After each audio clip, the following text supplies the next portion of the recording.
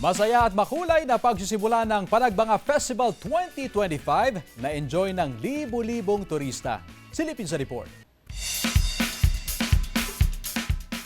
Malamig man ang temperatura sa Baguio City, mainit naman ang pagsalubong ng mga turista sa pagsisimula ng selebrasyon ng Panagbanga Festival 2025. Bago ang parada, nagsagawa muna ng ugayam o ang traditional prayer o ritual na hudyat ng pagsisimula ng selebrasyon.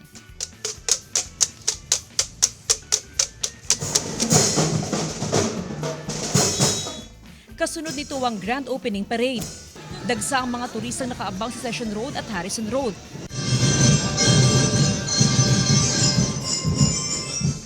Matapos ang parada, nagpakitang gilas ang mga contingent mula sa 5 paaralan sa kanilang drum and lyre and street dancing field demonstration sa Melvin Jones Football Ground.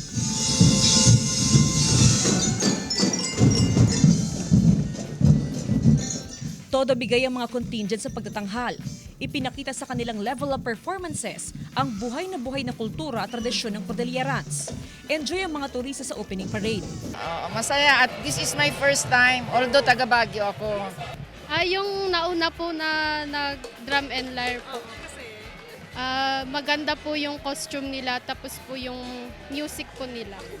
Sa monitoring ng Baguio City Police Office, mahigit sa 50,000 katao ang nakisaya at nakiisa sa opening parade ng Panagbanga Festival.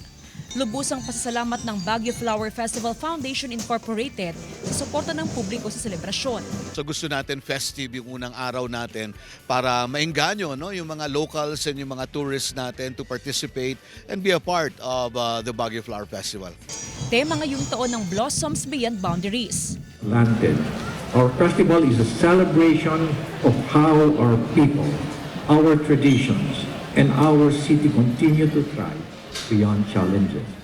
Samantala, nakaschedule sa February 22 ang Grand Street Dance Parade, habang sa February 23 ang Grand Float Parade na highlights ng Panagbanga Festival. Kasama si Ron Alistair Taniedo, Jasmine Gabriel Galban, One North Central Luzon.